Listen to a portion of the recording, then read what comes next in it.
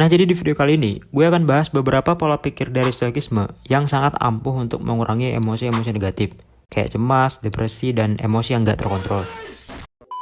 Dan juga untuk membuat diri sangat produktif. Yang mana cara ini udah ditemukan sejak 3 abad sebelum Masehi lalu.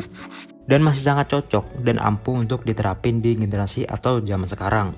Terutama untuk para Gen Z yang dikatakan lebih banyak depresi dari generasi sebelumnya. Jadi apa aja sih pola pikirnya? Terus gimana cara pengaplikasiannya di sehari-hari? Tonton sampai habis agar lu bisa ngurangin atau bahkan terhindar dari emosi-emosi negatif dan membuat lu lebih produktif di kesehariannya.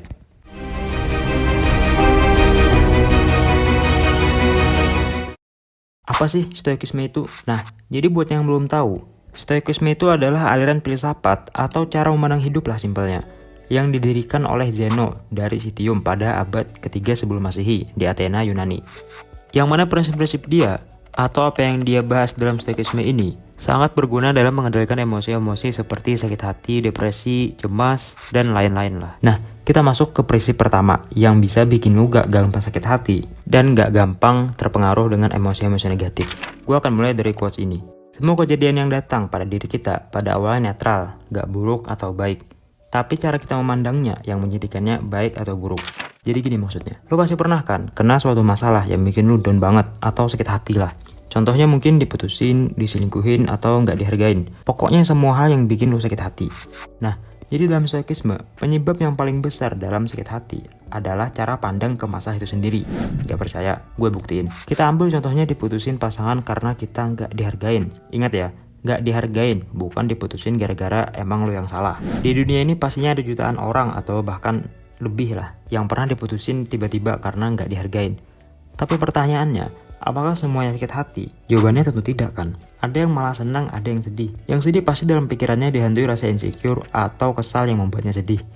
Duh, gue jelek banget ya, sampai ditinggalin gitu. Atau, ini orang gak ada rasa syukurnya ya, gue udah baik banget tapi tetap ditinggalin. Nah, kalau yang senang, pasti dalam pikirannya memikirkan hal-hal positif apa yang dia dapat setelah itu. Seperti, untungnya sifat aslinya ketahuan sekarang, coba kalau ketahuannya pas sudah nikah. Atau, untung banget tahu dia nggak ngehargain gini, jadi bisa cari pasangan yang lebih ngehargain gue. Gue ngambil contoh ini berdasarkan pengalaman gue pribadi dan teman-teman gue. Coba aja orang yang sedih tadi, cara memandang masalahnya sama seperti orang yang senang tadi. Tentunya nggak akan sakit hati. Dan uniknya cara pandang ini bisa membuat orang-orang yang awalnya takut akan sesuatu menjadi berani, bahkan senang ketika mendapatkan hal yang bagi orang lain sangat menakutkan. Contohnya aja, dalam agama, ada orang yang sangat berharap meninggal dalam peperangan karena cara pandang dia dalam kematian itu merupakan hal yang sangat terpuji dan dapat imbalan berupa surga. Semua agama itu pasti mempunyai cara pandang tertentu ke setiap tindakan yang membuat penganut agama tersebut bisa menilai kalau tindakan tersebut baik baginya atau buruk baginya. Walaupun bagi orang yang di luar agamanya menilai suatu tindakan itu buruk.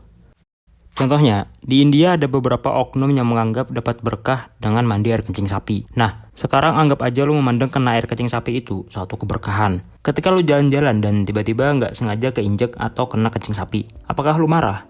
Ya pasti enggak kan?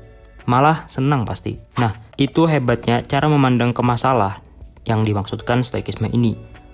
Dan lu bisa mengaplikasikannya ke masalah lu sehari-hari dengan cara mengendalikan atau mengubah cara pandang lu ke masalah itu tadi.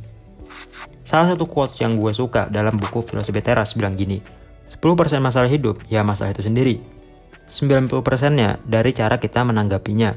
Ah, enak banget bang lu bilang gitu. Bro, semua yang gue bahas di channel ini tentunya udah gue jalanin dan emang sebagus itu untuk hidup gue. Maka dari itu gue mau ngebagikan ke banyak orang. Memang harus dengan pembiasaan dulu dan tentunya gak instan. Nah, tadi kan lu udah paham kalau hal yang paling berpengaruh ke emosi kita itu adalah cara kita menanggapinya.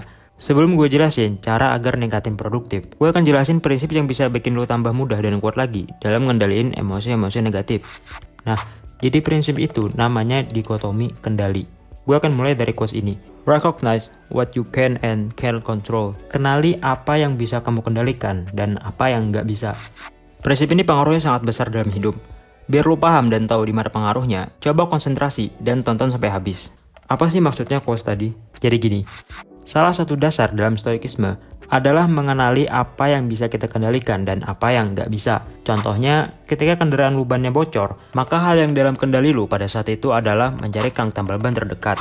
Dan hal yang di luar kendali lu adalah mengembalikan waktu. Kenapa gue bilang mengembalikan waktu? Karena banyak orang yang setelah kena masalah, emosinya masih berharap andai nggak kejadian kayak gini. Duh, coba aja ban gue nggak boncos, gue udah bisa jemput dia. Dan pada akhirnya malah makin emosi dan memperburuk keadaan. Stoikisme mengajarkan kalau kita nggak usah buang waktu dan tenaga untuk hal yang di luar kendali kita, karena hal itu sia-sia dan nggak akan merubah keadaan. Nah, jadi ketika kita kesal menyalahkan keadaan, ingatkan diri kalau kita hanya membuang waktu dan memperburuk keadaan. Mending kita gunakan waktu dan emosi kita tadi ke hal yang ada dalam kendali kita. Contohnya mencari kang tambal ban terdekat tadi. Tadi kan lo udah paham kalau sebab yang paling besar emosi negatif itu adalah cara pandang diri sendiri. Dan juga udah paham apa yang dalam kendali dan apa yang di luar. Nah, sekarang kita bahas cara ningkatin produktifnya. Yang mana cara ini adalah penggabungan dari dua prinsip tadi. Goals are good for setting a direction, but system are best for making progress. Impian itu bagus untuk ngarahin tujuan, tapi sistem itu baik untuk prosesnya. Gue ngambil quotes ini dari buku Atomic Habits, tapi gue kaitkan sama stoikisme. Kalau udah baca buku Atomic Habits, pasti lo tahu kalau di buku itu nganggap goals atau impian itu nggak usah terlalu dipentingkan. Yang sangat penting itu sistemnya. Maksudnya sistem di sini adalah cara agar impian itu berhasil dicapai. Nah, apa kaitannya stoikisme di sini? Gini, kita hanya disuruh fokus ke sistem atau cara menggapai impian tersebut, yang mana ini sejalan dengan prinsip stoikisme untuk hanya fokus ke hal yang bisa kita kendalikan, yaitu usaha dalam mengejar. Contohnya gini, anggaplah lu pengen ranking 1 di kelas. Nah, yang hanya lo fokuskan atau yang ada dalam kendali adalah belajar sebisa dan sepaham mungkin agar lo berkemungkinan bisa ranking 1. Mau lo ranking 1 atau enggak nantinya, itu bukan dalam kendali lo. Karena bisa aja kelupaan pas ujiannya. Jadi, kalau seandainya lo nggak dapat ranking 1, ya lo nggak sakit hati. Karena lo hanya fokusin ke usaha lo tadi dan nggak terlalu bergantung harus di ranking 1. Karena lo udah tahu kalau itu di luar kendali. Jadi, seenggaknya lo nggak depresi lah kalau nggak dapat ranking 1. Nah, contoh tadi hanya gambaran. Coba lo buat contoh yang ada dalam keseharian lo. Nah, kan udah paham kalau hal yang paling besar dalam emosi negatif itu adalah cara pandangnya. Udah paham juga dikotomi kendali. Dan udah tahu cara lebih produktif tanpa sakit hati. Tinggal praktekin dikit demi sedikit. Nah, jadi itu aja video kita buat hari ini. Subscribe dan like jika lo suka ngomongin diri. Dan sampai jumpa di video berikutnya. Semangat!